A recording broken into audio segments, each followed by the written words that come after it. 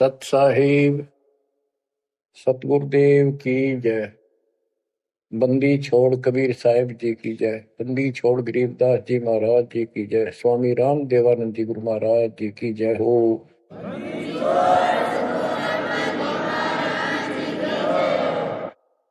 सर्व संतों की जय, सर्व भक्तों की जय, धर्मी पुरुषों की जय। श्री काशी धाम की जय, श्री सुडानी धाम की जय, श्री क्रोथा धाम की जय, श्री बरवाड़ा धाम की जय। सत साहिब परम पिता परमात्मा कबीर परमेश्वर जी की असीम रजा से बच्चों हमें अपने घर का ज्ञान हुआ। काल के लोक की पीड़ा कितनी भयंकर है, इससे डर बना इसका ज्ञान होने से। और सतलोक के सुख की चाह बनी आपको ये सच्चा मार्ग, सच्चा ज्ञान, सच्चा भगवान और सच्ची भक्ति पूर्ण सतगुरु प्राप्त है। अपनी किस्मत को सराहा करो, ये बंदी छोड़ उस मालिक के गुण गाया करो। ये परमात्मा, हम इतने निकम्मे इंसानों पर आपने कैसे दया कर दी। हम कैसा जुल्म करके आपको छोड़कर इस गंदे लोक में आए। आप कितने दयालु हो। गरीबदास जी कहते सतगुरु आए दया करी, इस गंदे लोक में झांके भी कोई नहीं ऊपर जाने के बाद। गरीबदास जी कहते सतगुरु आए दया करी इसे गंदे लोक में और उस सुख स्थान को छोड़कर। जैसे केशव और कबीर रूप में जब मालिक दोनों रूप धारण करके आपस में चर्चा करते हैं, हमें समझाते हैं। केशव कहता है कहो कबीर क्यों उतरे ऐसे मुल्क मलिन, इसे मलिन लोक में क्यों आए आप। और वो छोड़े हीरे मोती लाल वहां ऐसे सुख सुविधा छोड़े आप। तो कबीर साहब कहते हैं भवसागर में आए हैं जीव हमारे लाल, इनके लिए आया गोता मारू स्वर्ग में जा बैठू पाताल, गरीबदास ढूंढता फिर अपने हीरे मोती लाल। देखो सतगुरु आए दया करी ऐसे दीन दयाल, बंदी छोड़ वृत्तास का उसका गुण है। बंदी छोड़ काल के लोक से छुड़वाने वाले और जक्ष अग्नि प्रतपाल, हमारा पालन पोषण धारण पोषण करने वाले वही हैं। बच्चों आपको इतना ज्ञान सुना दिया और सुना रहे हैं। इस ज्ञान से आपके अंतःकरण में ये फाइनल हो जाएगा एक दिन। क्योंकि बार बार कोई वस्तु सुनते हैं उसका धीरे धीरे असर बनना शुरू होता है। तो बच्चों परमात्मा प्राप्ति के लिए हम बहुत समय से प्रयत्न करते आ रहे हैं। युग बीत गए अपने को युग। अब आपको सरपंगी साक्षी के अंक की वाणी सुनाता,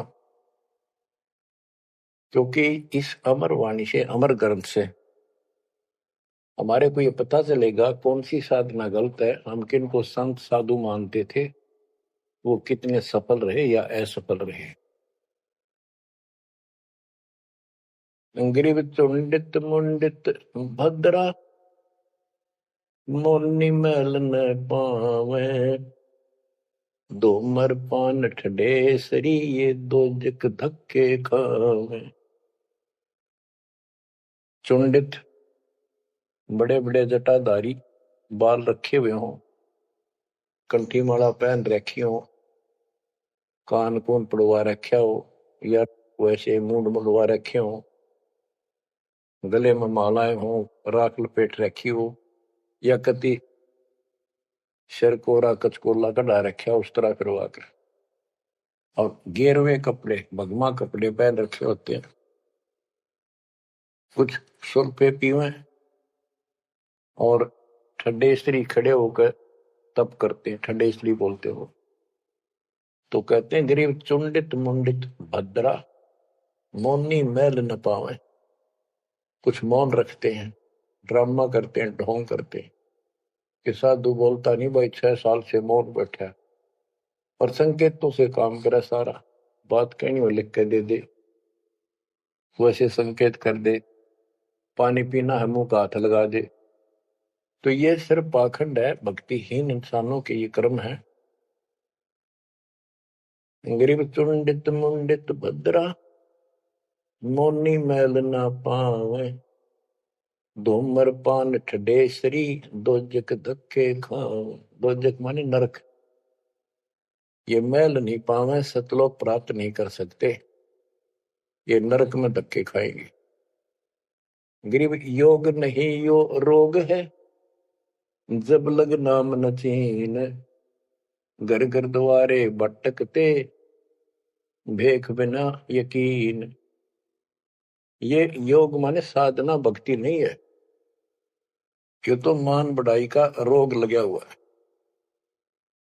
जब तक सच्चा नाम, निज नाम नहीं मिलेगा, सच्ची भक्ति नहीं मिलेगी, ये जन्म मरण का रोग यूं का यूं बना रहेगा। और घर घर द्वारे भटकते, भेख बिना यकीन। गिर भेख लिया तो क्या हुआ, जब लग नहीं विवेक, 3 काल निपजे नहीं, नहीं मिटे कर्म रेख। ये भेख लेना होता है किसी विशेष पंथ में, उसकी वेशभूषा ग्रहण कर लेते, दीक्षित माने जाते हैं। जैसे वैष्णव परंपरा के व्यक्ति एक कंठी माला गले में डालते हैं, सफेद बाणा पहनते हैं, तिलक लगाते हैं, बड़ी बड़ी दाढ़ी पूछ रखते हैं, इनको वैष्णव साधु बोलते हैं।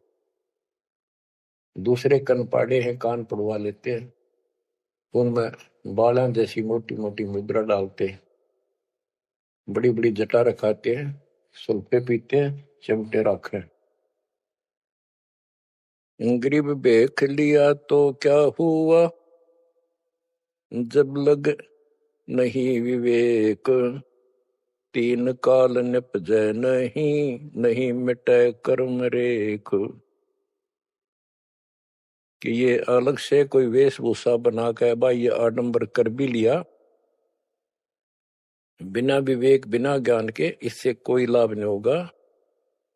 3 काल निपजे नहीं, यानी कदे भी लाभ नहीं होगा, कभी भी नहीं मिटे कर्म रेख, यानी कर्म के दंड, पाप कर्म नहीं कटेंगे। गरीब अध कपाली तपत है, तल सिर ऊपर पैर, दम का खोज न जाने ही, क्या देही सो बैर।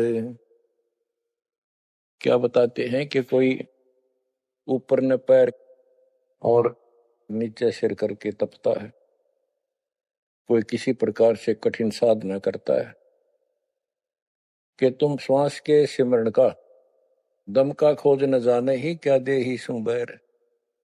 आप ठीक से भक्ति नहीं जानते, जो श्वास का सिमरण है उसका ज्ञान तुम्हें नहीं है, फिर इस शरीर के साथ क्यों दुश्मनी कर रखी है, इसकी दुरुक्ति कर रखी, इसको इतना कष्ट दे रहे हो। गरीब यादे ही सोंगी नहीं, महंगी रत्नो मोल, जय जाने तो राम जप, नहीं कुल कपाट न खोल। या देही, मनुष्य शरीर इतना सस्ता नहीं है, युगों युगों अच्छे पुण्यों के कारण, धर्म भक्ति करने के कारण मानव शरीर प्राप्त होता है, ये बहुत कीमती है।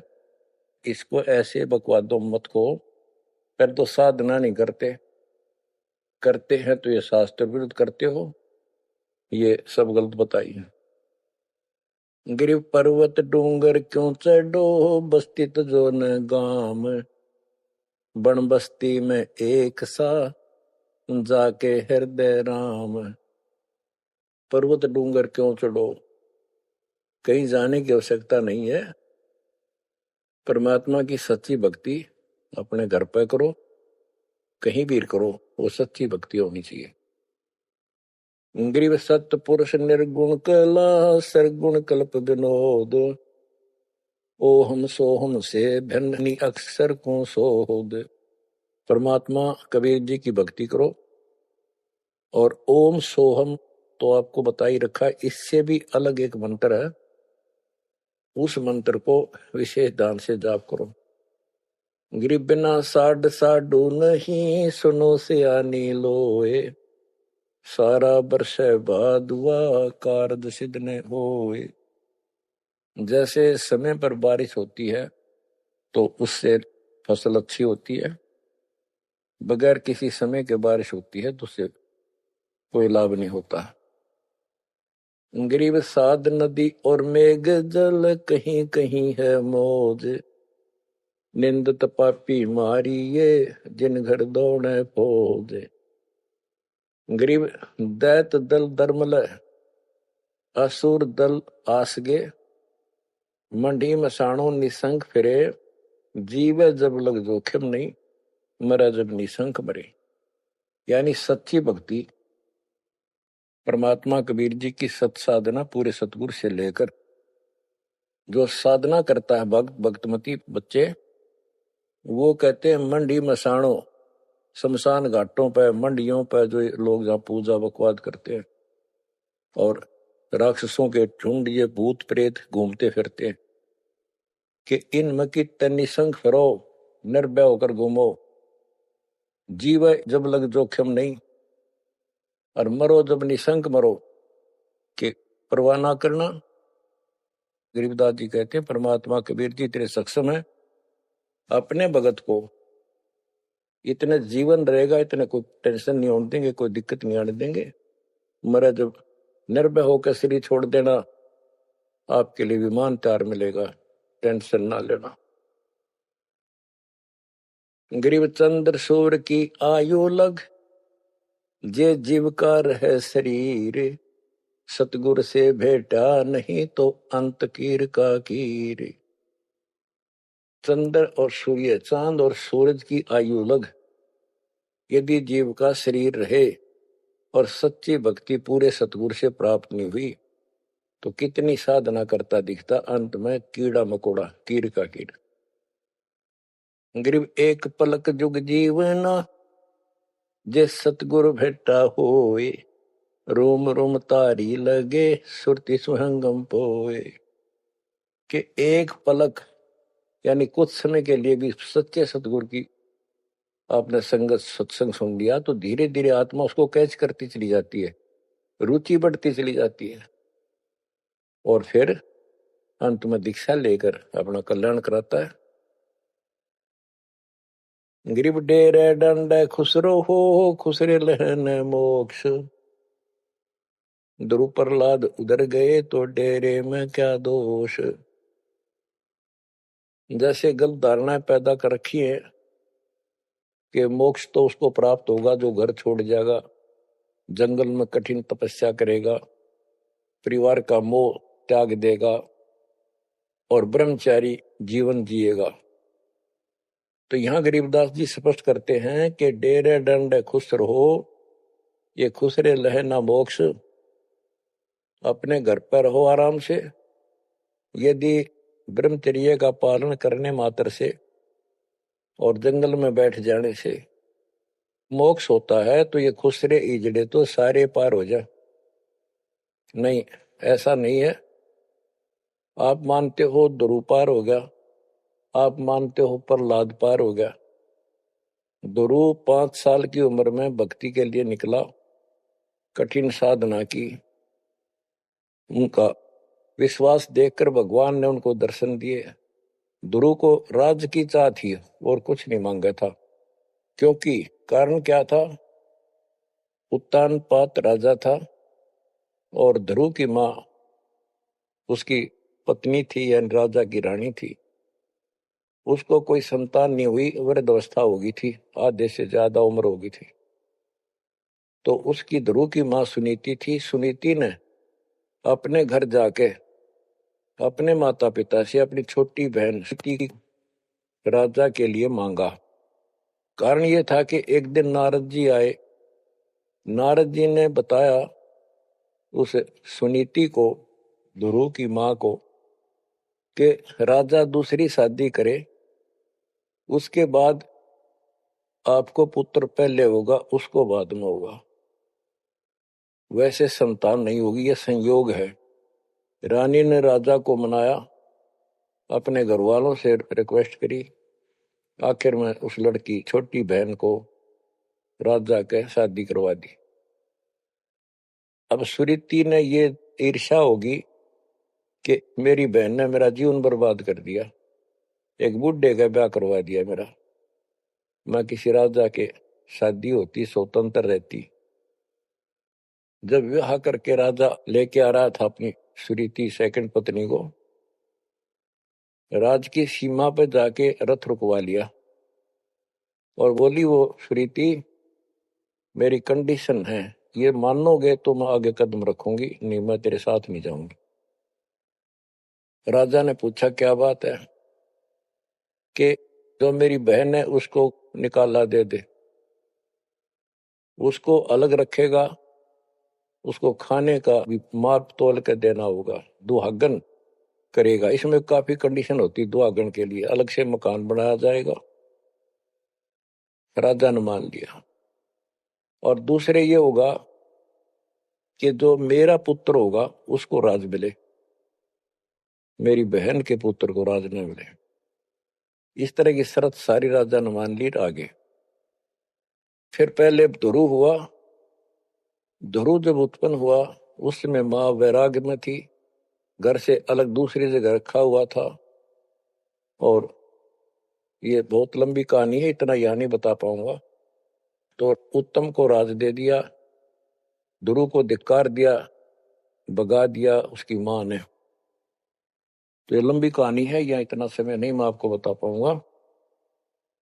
तो ध्रुव परमात्मा से राज लेने के लिए मां से पूछा ध्रुव ने, मां उत्तम को राज किसने दिया? बेटा भगवान देता है, परमात्मा ने दिया, उसके भाग में लिख दिया, तेरे भाग में नहीं है। तो ध्रुव बोला मैं भगवान से राज लूंगा। यूं कहकर छोड़ कर चल पड़ा। 6 महीने तक एक पैर पे खड़ा होकर या जैसे भी तपस्या खूब की, जाप किया। पिछले संस्कार से होता ही है, वैसे तब तो दुनिया करती है। पिछले युगों का बहुत संस्कार भक्ति करते करते आए हुए थे, और वो काफी संग्रहित थी, उसके प्रतिफल में मालिक ने उनको ऐसा कुछ कर दिया। परमात्मा प्रकट हुए, बोले भाई क्या मांगता है बोलो। मुझे राज चाहिए भगवान, मुझे राज दो। ठीक है, राज दे दिया कि पहले तो यहां कर, फिर तुझे ऊपर अलग से नगरी बना के दूंगा द्वीप। ध्रुव वापस आ गया। उधर से ये दोनों बड़े हो गए, उत्तम भी और ध्रुव भी। उत्तम का विवाह भी हो गया, ध्रुव का विवाह भी हो गया। उत्तम मारा गया एक राजा से युद्ध होने से, तो राज भी ध्रुव को मिल गया, और उत्तम वाली जो पत्नी थी वो भी ध्रुव के साथ लगाई गई। तो कहने का भाव ये है, बकवाद नहीं चले। वे विचार परमात्मा को कति पसंद नहीं, पर शादी विवाह कभी मना नहीं किया। ब्रह्मा विष्णु महेश तीनों शादीशुदा, और इनके उपासकों को ब्रह्मचारी रहना चाहिए। अच्छी बात है, बकवाद नहीं करनी चाहिए, लेकिन ये एक गलत धारणा बनाना अच्छी बात नहीं। गरीब डेरे डंड है खुश रहो, खुश रहे लेना मोक्ष, ध्रुव प्रहलाद उधर गए, तो डेरे में क्या दोष।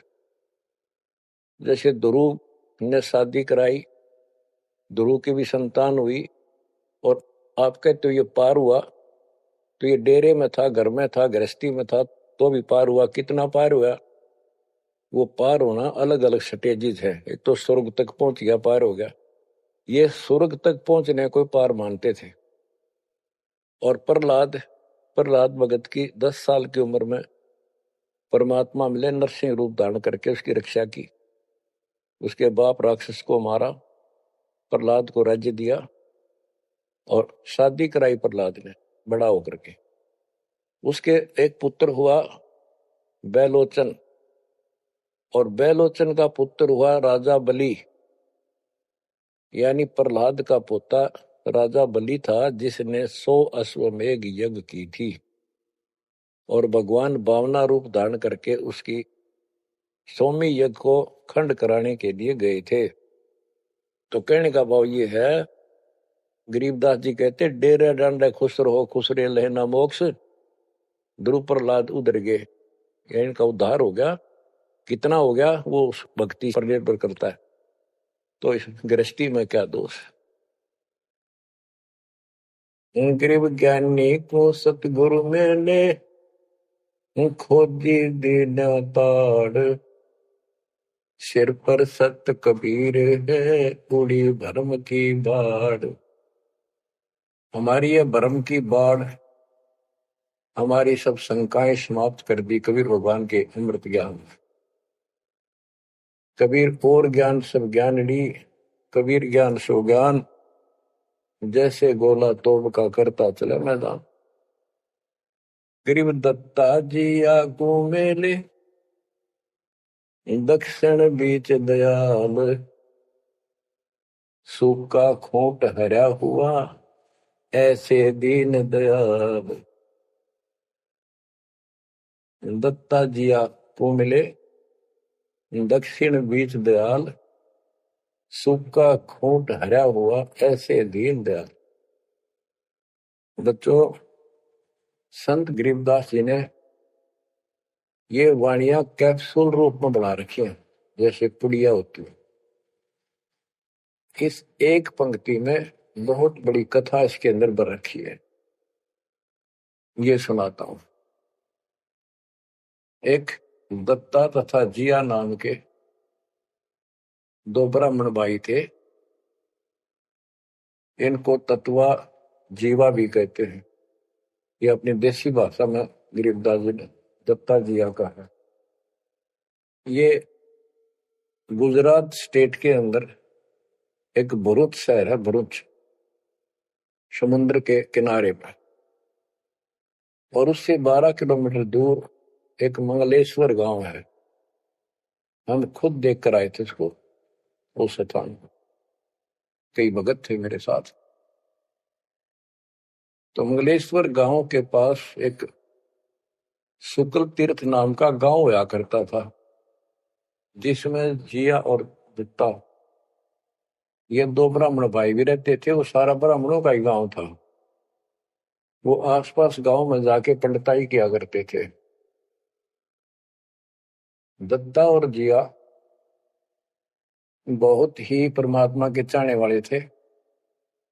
वो सत्संग सुनने जाया करते थे। जहां भी किसी साधु संत का सत्संग होता था तो सभी ये कहते थे भाई मोक्ष के लिए पूर्ण सतगुरु की आवश्यकता होती है। गुरु बिन मोक्ष नहीं होगा, गुरु बिन सच्चा ज्ञान भी नहीं होगा। जहां भी जाते थे वो मंडलेश्वर प्रवक्ता एक ही बात बताते थे। तो जीवा और दत्तवा ने दोनों भाइयों ने विचार किया कि भाई जहां भी हम सत्संग जिसका सुनते हैं वही हमें तो बहुत पूर्ण गुरु लगे। जिसके विचार सुनते हैं वो उससे भी अच्छा लगता है। और पूरे गुरु बिना बात नहीं बने, मोक्ष नहीं हो। ये तो असंग जन्म हमने जन्मते और मरत्या को होगे। जैसे परमात्मा कबीर जी क्या करते हैं, किसी भी रूप में आकर, और कहीं जैसे मेले मेले भरा करते तीर्थ तीर्थों पर, वहां चले जाते थे। वहां खड़े होकर शब्द सुनाने लग जाते और 10, 20, 50 व्यक्ति भगवान के चाहने वाले उनकी बातें सुना करते थे। तो जीवा और दत्ता को किसी स्थान पर परमात्मा उन्हीं के लिए जाते हैं क्योंकि वो भटक रहे भगवान की। ये बातें बताई कि पूर्ण सतगुरु हो, सच्चा ज्ञान हो, और तब मालिक का राह मिलेगा, मोक्ष मिलेगा। असंग जन्म पर मत होगे, कुछ नहीं हाथ लगा रहे, इस तरह की जबरदस्त बातें बताई। तो उनसे वो प्रेरित हुए।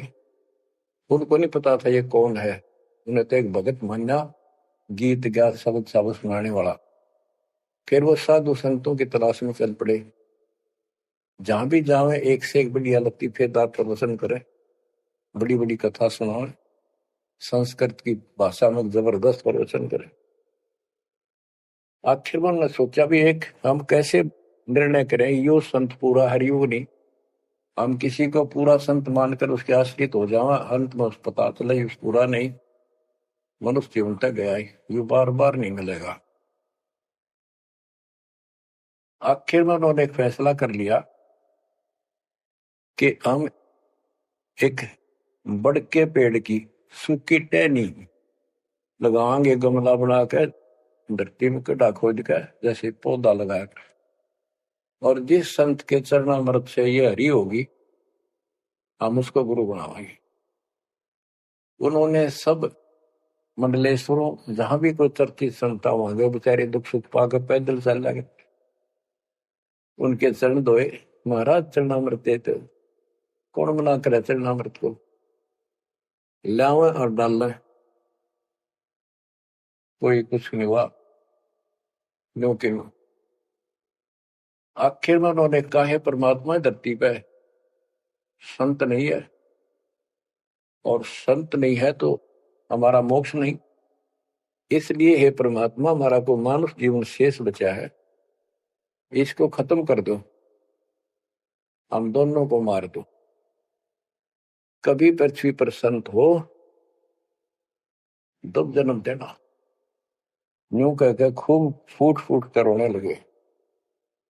काफी देर रोज ही टेंशन में रहने लगे, खाना पीना लगभग छूट गया। कैसे तो मर जाना अच्छा है, ये तो पशु जैसा जीवन बहुत बार जी लिए। तो कबीर साहब डर रहे कम सुना गए थे, कहीं कहीं इकट्ठे होकर खड़े हो जाते थे, जाते थे, भटकते थे, वहां मालिक भी किसी न किसी रूप में चले जाते थे। उनके यह प्रेरणा भर दी थी, बाकी मंडले सुना के बस में यह भी ना थे कि इसी प्रेरणा भर दे, इतना वैराग डाल दे। एक दिन परमात्मा पहुंचे उस सुकल तीर्थ गांव में, गली में जा रहे थे तो दत्ता बाहर निकला और बोला, जीवा देख एक संत घूम रहा गली में, कहो तो बुला लो। जिया बोला रहे, संत इसे मंडलेश्वर देख लिए कि सड़क छाप पर के पाओगे, क्यों जी दुखी करे और कई दिन रोना पड़ेगा, कुछ ना इनका पल्ला। दत्ता बोला, मेरा तीसरा दिल करे है, बुला लो लेक में। भाई साधु सा दिखा है, चेहरे से बहुत अच्छा लगा, देखते ही आत्मा खुश हुई। जिया बोला, बुला लो, मैं क्यों नाटू। वो तो बुला लिया, एक बैठने का मुद्दा सा दे दिया, सटूल सा, बैठो महाराज बैठो। जीवा ला परात निकाल कर थाली, महाराज के चरण दो के और जा जिया उसमें डाल दे, पौधा में डाल, अगर संता के चरणामृत इधर उधर में डालिए कितना, गमले में डाल दे। जीवा डालने लग रहा है, डालते डालते उसको पोपल फूट आई, वट वृक्ष की टहनी के।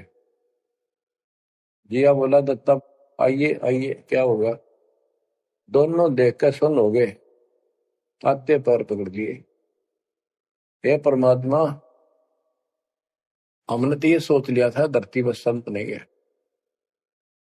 कबीर साहब बोले, जिस दिन पृथ्वी पर संत नहीं होगा आग लग जाएगी इस पर, या कोई नहीं बचेगा, काल फूक देगा इस पृथ्वी को।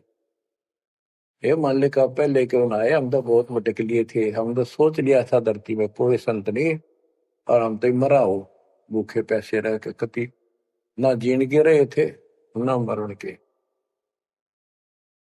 तो परमात्मा से काफी लिपट के सीने के लग के कभी चरणों में गिर के और सो शुक्र बनाओ, हे परमात्मा पहले क्यों नहीं आए, हम तो मर लिए, कति सारे घूम लिए मंडलेश्वरों के, किसी के पास कुछ नहीं पाया। परमात्मा बोले, बच्चों ये संत की पहचान नहीं थी जो तुम कर रहे थे, ये तो सिद्ध भी कर दे, थोड़ी बहुत चमत्कार जादूगर कर देते हैं, हथेड़ी में गेहूं हरे कर देते हैं, ये कोई पहचान थोड़ी तुमने ये क्या तरीका अपनाया था।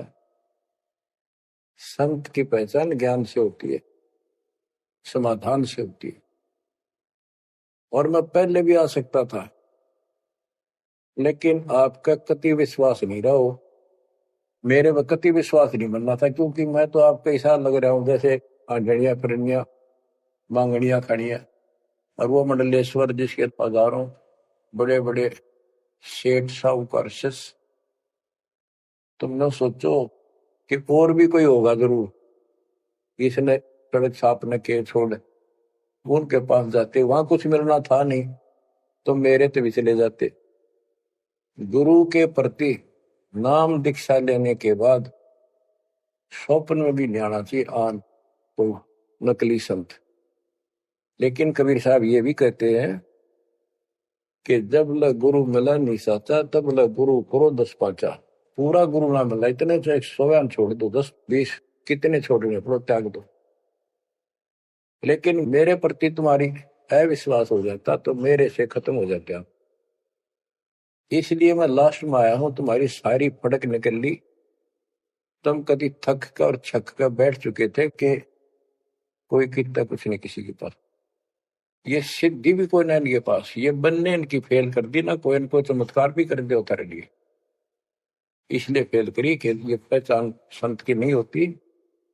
लेकिन तुम मेरे पिछले संस्कारी थे, इसलिए मैं काल के मुंह में तुम्हें नहीं जाने दे सकता। एक भक्ति करो। अब उन्होंने सब वो बकवाद पूजाएं जो यजमान बना रखे थे वो छोड़ दिए। कोई किसी के झाड़े जुड़े लाना या किसी के मृत्यु पे जन्म होने पर किसी का नहीं जाना छोड़ दिया, सत साधना करने लगे, जमीन थी अपना खेती करें और परमात्मा की कृपा से बढ़िया गुजारा हो गया। ब्राह्मणों को इस बात की ईर्ष्या होगी कि इन्होंने तो धर्म बदल लिया और हमारी सब क्रियाएं छोड़ दी, कुल को जाति से निकाल दिया। फिर क्या होता है, चलो निकाल ले रो जाति तो कोई फर्क नहीं पड़ता, उन्हें तो अपना कमा के खाना था और भक्ति करनी थी, मोक्ष पाना था। एक का लड़का था, एक का लड़की थी, दोनों भैया जवान हुए। ब्राह्मणों को यहाँ शादी के लिए जावे, रिश्ते के लिए लड़की का सब मना कर दिए, तुम तो जाति से बहिष्कृत हो, हम तुम्हारी कन्या का वहां नहीं लेंगे, रिश्ता नहीं लेंगे। दोनों टेंशन में आ गए। कबीर साहब बोले ऐसे करो, तुम ये अफवाह फैला दो कि भाई जीवा का लड़का और दत्ता के लड़के की शादी कराएंगे उस दिन, और वो तो कोई हमारे बच्चा ने उठता नहीं, हमने तो आपस में ब्याह करना पड़ेगा इनका। ये सारा सुरसराट फैला दिया, पंडितों की पंचायत हुई। उन्होंने कहा भाई विचार किया कि ये तो निकम्मे होंगे सो होंगे, फिर बच्चों का क्या दोष है, बच्चा नाम ब्याह भाई ये तो जुल्म होगा, कति दिन भ्रष्ट हो जाएगा, पान भाई का ब्याह कदे हुआ करे रह, कति दुनिया थूकेगी हमारे गांव के गांव को। पंचायत होने के बाद 10-20 आदमी आए, इन्हों बोले भाई सुन दो, यू कदम उठाओगे तुम, यह बेटी मारी है, बेटा मारा है, हम इनका रिश्ता करें। दोनों का रिश्ता हो गया। परमात्मा बोले देखा बेटा, मांग लेगी ना फटकड़ी, रंग भी आया चोखा, हो गया ब्याह भी हो गया और सारे काम हो गए, टेंशन ना लो। तो बच्चों मुश्किल से आसान करेगा आन के, एक के 100 बंजारा उतरा जान के। तो कहते हैं ऐसे कोई दिक्कत आओगी तो मालिक 100 समाधान निकालेगा, पर निकालेगा तब जब आप उसके प्रति पूर्ण रूप से समर्पित हो जाओगे। गरीब आसन अचल कबीरे का, सबका सतगुरु एक,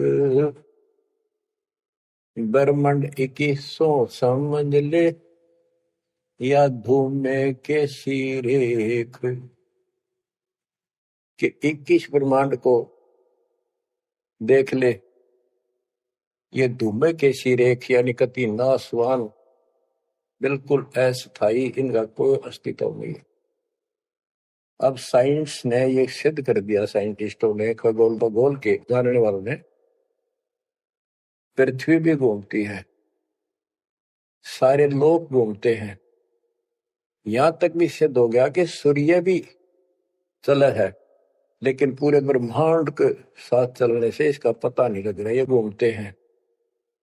कहने का भाव ये सारे ऐसे लटके हुए हैं जैसे पतंग। गरीबदास जी ने कहा सर्वलोक ऐसे है जैसे पतंग आकाश में लटके पड़े हैं। और जिस दिन भी इसका अंत होगा सारे एक दूसरे से टकरा टकरा कर आग लग जाएगी, या कोई ठीक ठिकाना नहीं है। और क्या बताते हैं परमात्मा? गरीबदास जी बता अपने भगवान के बारे में, गरीब आसन अचल कबीर का, सबका सतगुरु एक, ब्रह्मांड 2100 समझ ले या धूमे के सिरेख। 21 ब्रह्मांड सब नासवान धूमे के साथ धूसी उठ रही है, नथिंग एल्स। तो इस शरीर में देखो अपने ना, ये कितना सुंदर लगा है, कितना अच्छा, कितना प्यारा। हरकत खूब, एक्सरसाइज इसमें करा, कुश्ती इसमें करा, छलांग इसमें लगा ला। यह मालिक की कृपा से सारा कुछ हो रहा है, उसने इसमें शक्ति दे रखी है। और जरा सी उग चुक हो जा, हाथ ना उठा आदमी का, अदरंग मार जब वो पहलवान। तो परमात्मा कहते हैं इस कच्चे शरीर में इतना मत भूल है, भगवान को ना भूल है। ये लोक अच्छा नहीं है, या कोई भी ठीक नहीं है, या जो दिखाई देता है सब नासवान है। गरीबदास कहते हैं दृष्टि प्लस फना है धर्म पर कैलाश, या कृत्रिमवादी झूठ है बनावटी, ये सारा बनावटी है। सुरत समो श्वास, कृत्रिमवादी, ये बनावटी लोग हैं सारे। जैसे करने नो दीदार में प्यारा है एक शब्द है परमात्मा कबीर साहब का, उसमें बताया है कि आदि माया की नी चतुराई और झूठी बाजी पिंड रचाई, ताका प्रतिबिंब डारा है। सतलोक की जो व्यवस्था ऐसी ही है, उसमें भी बहुत द्वीप है, और ऐसे ही मानव स्त्री पुरुष शरीर है, लेकिन वो अमर है, ये नासवान है। ये समझो मिट्टी के और वो सोने के। वहां का जो शरीर है वो अमर है, वहां के देवता रूप हम सब देव देवी रूप हो जाते हैं वहां पर, लेकिन इस भक्ति के शक्ति से होते हैं। तो उसकी नकल कर रखे आप, टोटली नकल। ये शरीर कितना सुंदर लगा आपका, मृत्यु के बाद इसको फूकते हैं ना, 1 किलो राख हो जाती है। और ये देखो क्या था ये बच्चों, यहाँ का सब सब व्यवस्था कति नकली और नाशवान है। चारों वेदों का ज्ञान नकली, जिनको हम भगवान मानते थे वो भगवान नकली। हमारे को कति मूर्ख बनाकर रख रखा है। हमारी ऐसी स्थिति थी आज के दिन, आप इसने मानो चाहे ना मानियो, 100 की 100 साची। हमारे बस की बात नहीं, ये याद तो रखनी पड़ेगी आपने, आपका बस का भी नहीं है कि इसका मन हटा लो। इसके मन हटाने की विधि हमारे पास है। इस ज्ञान को जरूर सुनते रहो, 100 काम छोड़ कर सुनो जब तक दाता ने रजा कर रखी है। ये आपको अंदर से मांझ देगा आत्मा न कति, आत्मा को इतनी प्रबल कर देगा ना, कति अटक कर खड़ी हो जाएगी इस मन के साथ। एक दिन इसका डट का मुकाबला करेगी। तो जब हाथ खड़े कर दे है या मन डरा दे इसने, नो हो जाएगा, काम छोड़ देगा, और नहीं नो हो जाएगा, नुकसान हो जाएगा। इस ज्ञान से इतनी मजबूत हो जाए कि होने दे जो होगा, और मरे गए तो फिर ये काम लग के चट पाएंगे। ज्ञान बिना बात नहीं बना करती। गोरख से ज्ञानी गणे दुनिया ज्ञान बताती फिर है, और बहुत सी छोटी छोटी बातों से प्रसिद्धि पता नहीं कौन पाले हैं। कोई कहते बड़ा बाल ब्रह्मचारी है, उसी से उसकी महिमा होगी। गोरख से ज्ञानी गणे सुख दे जति जिहान, और सीता सी वो बारी संत दूर स्थान। इस ज्ञान को सुनते रहो, और फिर यह भक्ति जो दे रखी, ये आपकी आत्मा को इतना प्रबल कर देंगी, ताकतवर बना देगी, रेसलर। जब वक्त आओगे यहाँ से जाने का, इस मन में पटक देगी ठाक है, और सब मोह ममता से मन एकदम हट जाएगा, पट जाएगा। हटा ही नहीं हटता है इस ज्ञान से और इस भक्ति की ताकत से। तब पीछा छूटेगा आपका, कदे बात बना इस काम नहीं बनेगा। या सब कुछ झूठा, जैसे व्यापारी लोग क्या करते हैं, भैंस का काटड़ू मर गया बच्चा, उसकी खाल उतरवा के उसमें तूड़ा भरवा दिया करे, ना उसका मुंह होता है पुछड़ पुछड़ और बाल बूल ऐसे ही होते हैं, और भैंस के सामने रख दे, वो उसी को अपना बच्चा मान लेती है, उसको चाटती है, लाड करती है, उसको लेकर टाइम का रस्सी में चलते हैं वो, उसके पीछे पीछे रहा रहा रहा करती भागती रहती। इतना दिमाग है उसके अंदर। आज अपने अंदर इतना दिमाग छोड़ रखा काल ने, जैसे या कोई इंजीनियर बना रहे हो तो साइंटिस्ट बना बैठा रहो, और कितना कुछ बातें बनाने वाला एजुकेटेड समझ ले। क्या है ये बच्चे, हाड चाम मांस के लो चढ़े ऊपर चाम लपेट रखा, क्या ये शरीर है? और इसमें इतना मोह बढ़ा दिया, हमारे बस का नहीं, हो ही नहीं सकता। वो वैसे ने कौन समझावा कि ये ऐसा नहीं है, इसमें कुछ नहीं है, कोई बात नहीं, आप इस ज्ञान न सुनते रहो, आपको भी और इस सारे के सारे परिवार को भी परमात्मा वहां ले आओगा, धीरे धीरे धीरे धीरे आप पर रंग कट जाएगी, किसा शरीर हो किसा भी हो। तो ये शरीर जो है ना, परमात्मा की कृपा से आपको एक दिन एहसास हो जाएगा कि यहां से तो जाना पड़ेगा। और बच्चों ने भी दीक्षा ले ली, सत्य राह पकड़ गई, क्योंकि हमारा लाइन पाना कठिन था, बच्चों का बहुत आसान हो गया।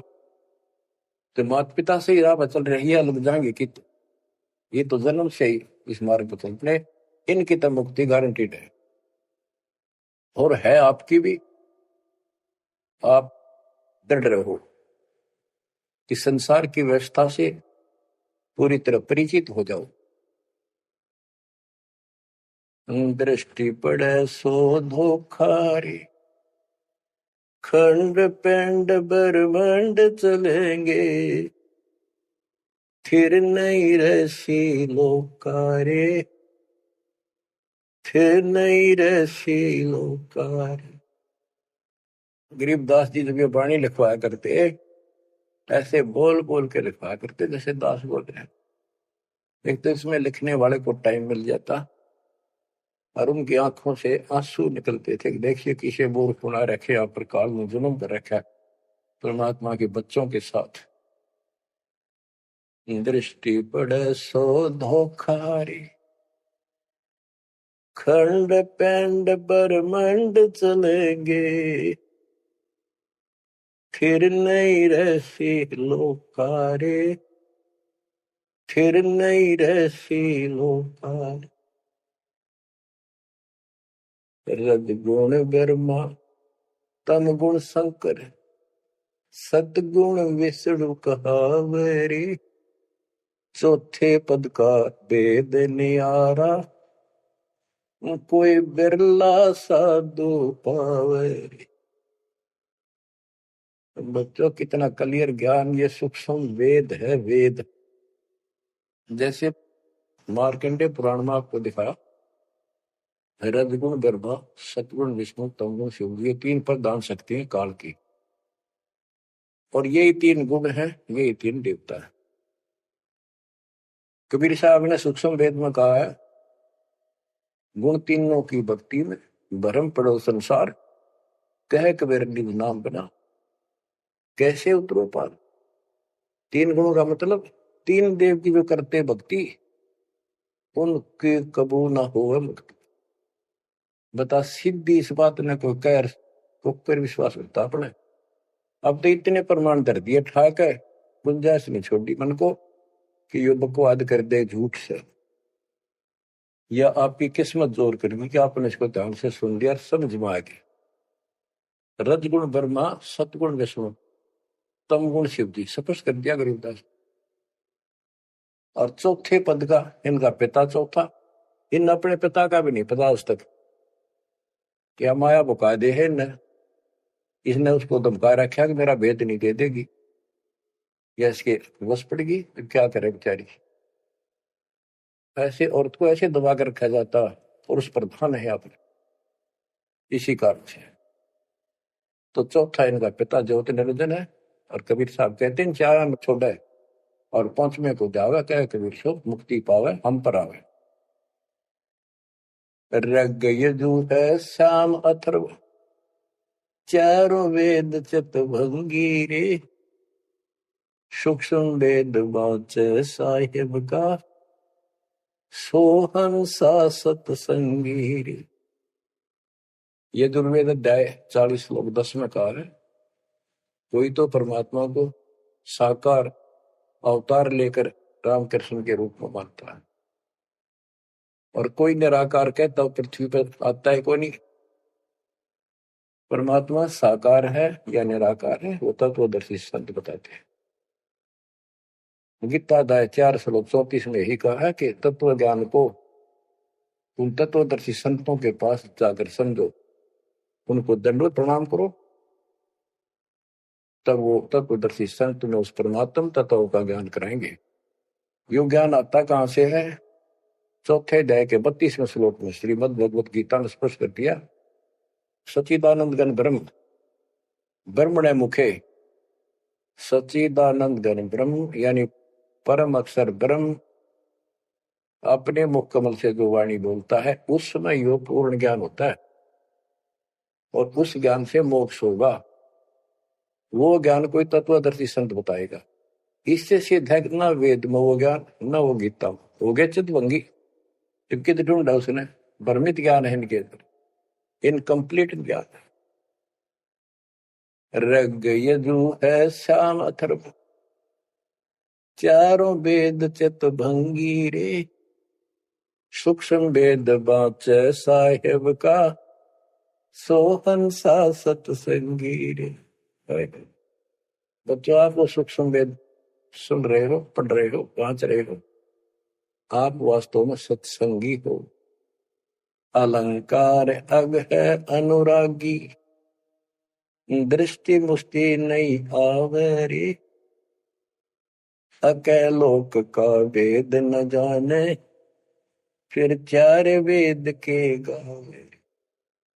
जब तुझे ऊपर के अकैलोकों का ज्ञान नहीं, अकैलोक वो चारों अमर लोकों को अकैलोक भी कहते हैं, और लास्ट वाले को नामी और अकैलोक भी कहते हैं। ऊपर वाले अकय का अर्थ होता जिसने आज तक किसी ने ना बताया हो ना कहा हो उसकी जानकारी।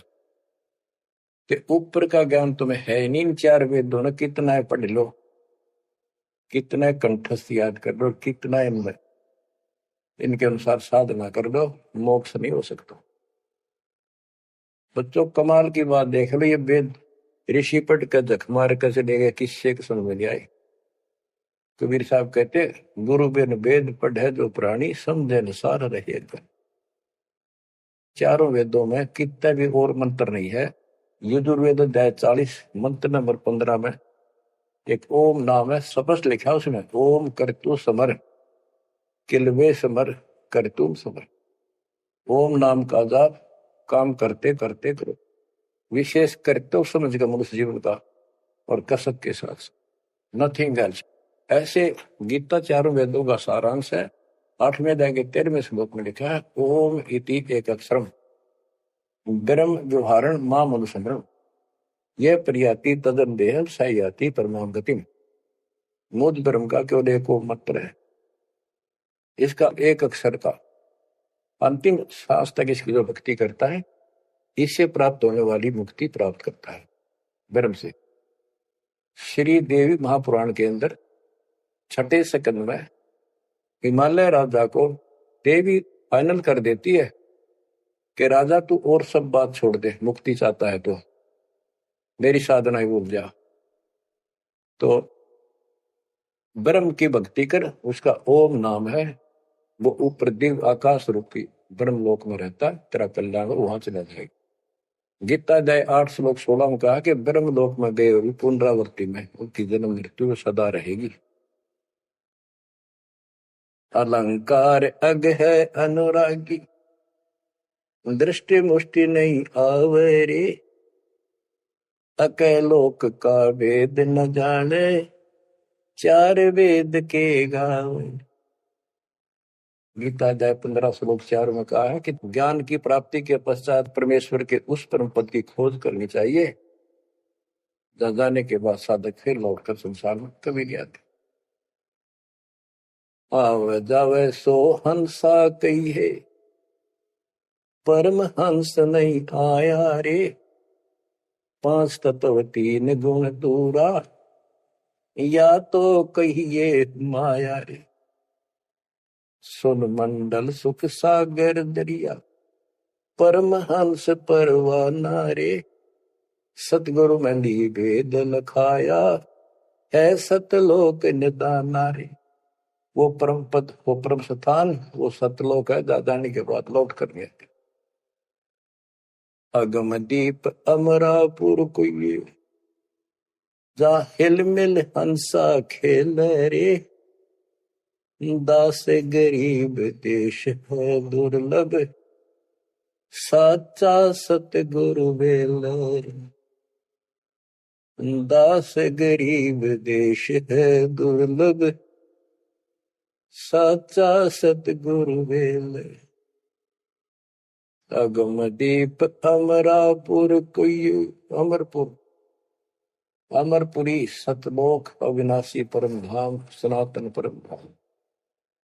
जा हिल मिल हंसा खेल रे। वहां मौज मस्ती में रहते हैं भक्त, सारे बच्चे। दास गरीब देश है दुर्लभ, साचा सतगुरु बेल। वो लोक, वो देश बहुत दुर्लभ है, लेकिन सुलभ है सच्चे सतगुरु से। तो बच्चों, आपके ऊपर दाता ने कसर नहीं छोड़ रखी। इस सत्संग ने सुनते रहियो। ये थोड़े दिन की रजा है, घड़ी नहीं हुआ करती। कार्ड में सुहान देनी आप अच्छी तरह ठीक से विचार करने बैठ के। कोई बात ना, ये वाणियां रिकॉर्ड हो चुके थे, ये बाद में आपको दिए जाएंगे।